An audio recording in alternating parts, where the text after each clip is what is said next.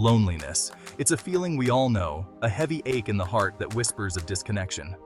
We often associate loneliness with being alone, but what about the loneliness that lingers even when surrounded by people?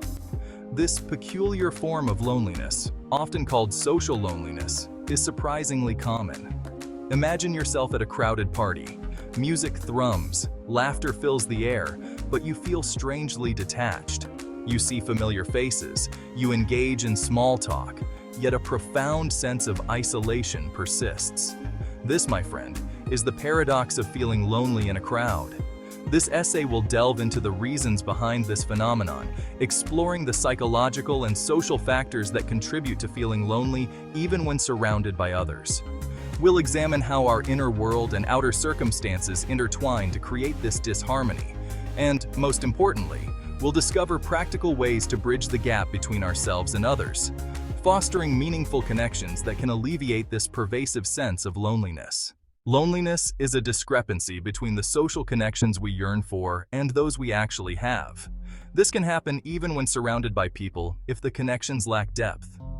Our brains are wired for connection, for shared experiences, and genuine understanding. When these needs remain unmet, our brains interpret it as a threat, triggering loneliness.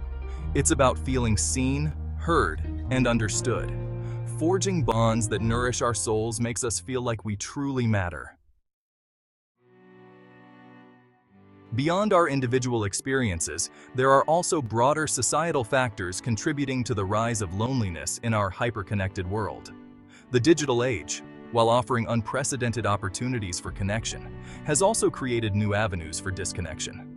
Social media, with its curated feeds and highlight reels, often presents a distorted view of reality, making us feel inadequate and fueling social comparison.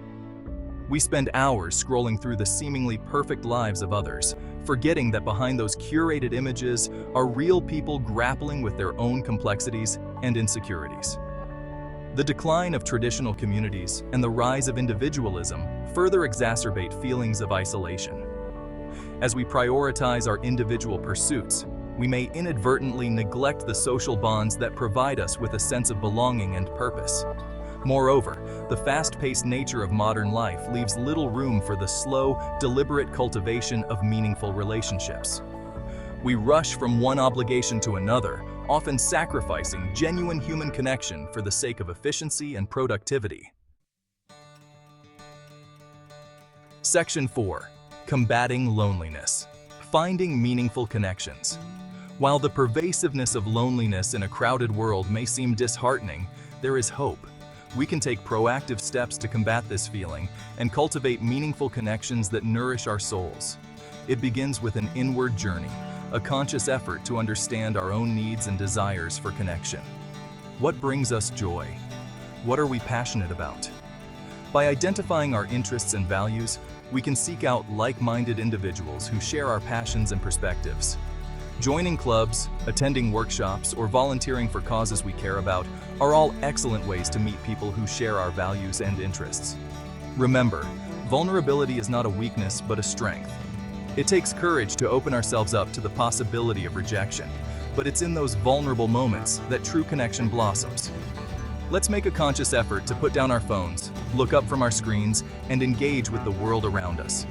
A simple smile, a kind word, or a listening ear can go a long way in forging meaningful connections.